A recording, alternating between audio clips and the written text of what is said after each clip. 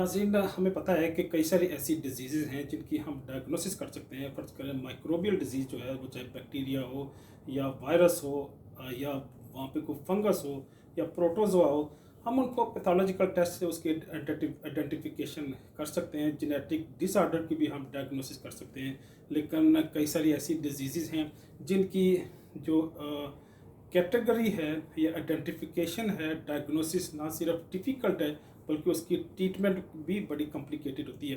तो वो जो डिसऑर्डर्स हैं, डिजीज़ेज़ हैं, इंसान की जो मैं समझता हूँ उसकी साइकी के साथ, उसके बिलीफ के साथ, उसकी अंडरस्टैंडिंग के साथ रिलेट करते हैं। तो वो हमारे पास यहाँ पे 12 डिफरेंट कैटेगरीज़ हैं, 12 डिफरेंट डिसऑर्डर्स हैं जो इंसान के सॉफ्टवेयर के साथ, उसके इमोशन और पैशन के साथ, उसकी साइकोलॉजी के साथ एसोसिएट हैं। तो वो आज मैं आपके सामने पेश करने की कोशिश करूँगा और इनके लिए भी हमें प्रेस्क्रिप्शन की ज़रूरत होती है। तो गोया प्रेस्क्रिप्शन आज के दौर में बड़ा ब्रॉड एक टर्म है जिसको दुनिया के हर प्रोफेशन और हर डिसिप्लिन में हम इस्तेमाल करते हैं। और हेल्थ केयर प्रोफेशन में बट ही सिर्फ ये महदूद नहीं है बल्कि दुनिया के हर डिसिप्लिन में इस प्रेस्क्रिप्शन को हम इस्तेमाल करते हैं और इसका अखलाक और इसको यूज़ करते हैं। और इसकी एक लीगल बाइंडिंग भी है। ये एक लीगल डॉक्यूमेंट है।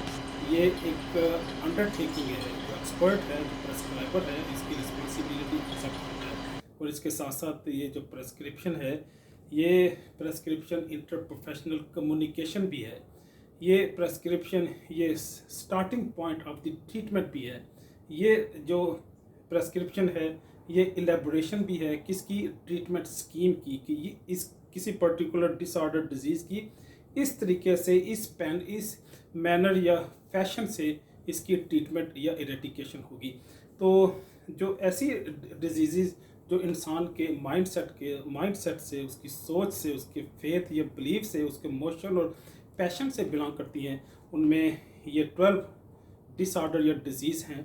वो डिप्रेशन हो सकती है, एंग्जाइटी है, फोबिया है, डिफरेंट चीज़ों से वैसे ही लोग डरना शुरू हो जाते हैं। वो हाइड्रोफोबिया से भी हो सकता है, पानी से।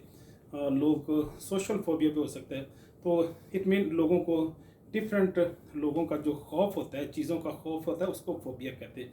इंसोम्निया है, नींद बहुत कम आती है, फिर उन्हें कोई ना कोई स्लीपिंग पिल्स लेनी पड़ती हैं। बेंजोडाज़ेपीन हो सकती है या कोई और सीएनएस डिप्रेसेंट या डिप्रेसिंग एजेंट यूज़ करते हैं। एडीएचडी है, मूड स्विंग है। मूड मूड क्योंकि डिटरमिन होता है हार्मोन से। तो ये मूड स्विंग की जो कॉम्प्लिकेशन है, यूजुअली हम इनको लेडीज़ में ऑब्जर्व करते हैं। वहाँ पे मूड उनके तेज़ी से स्विंग करते हैं।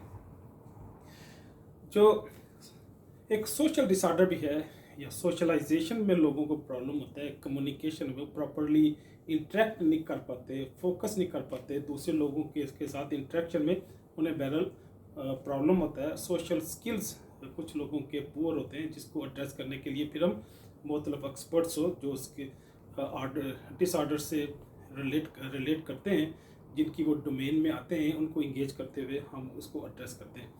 नेटवर्किंग भी बहरहाल एक इशू है।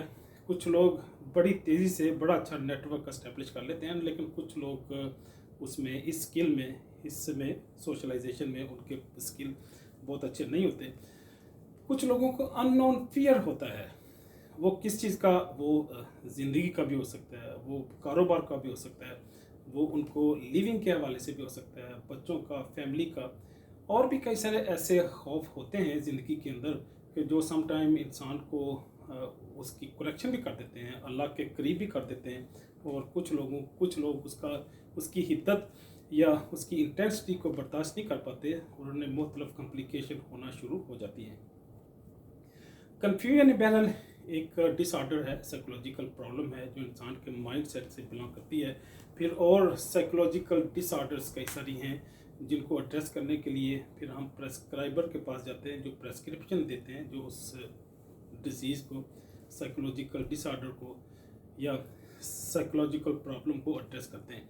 लास्ट कैटेगरी वो मिसलिनियस की कैटेगरी है। आप अगर मुझे कमेंट में बताएंगे इससे हट के कोई और भी अगर प्रॉब्लम है जो इंसान के माइंड से, उसकी साइकी से, उसकी सोच से, उसके बिलीफ, उसके इमोशन और पैशन से बिलोंग करती हो, तो उसको भी हम इसमें ऐड कर लेंगे। या फ्यूचर में मुमकिन है हम इसी जो व्लॉग है इसको हम रिवाइज करके एडवांस फॉर्म में आपके सामने पेश कर सकते हैं। लेकिन बहरहाल आपके डेफिनेटली जो फीडबैक है, जो आपके कमेंट्स हैं, वो हमें किसी न किसी लेवल पे हेल्प आउट करते हैं। चाहूँगा। अल्लाह हाफिज़।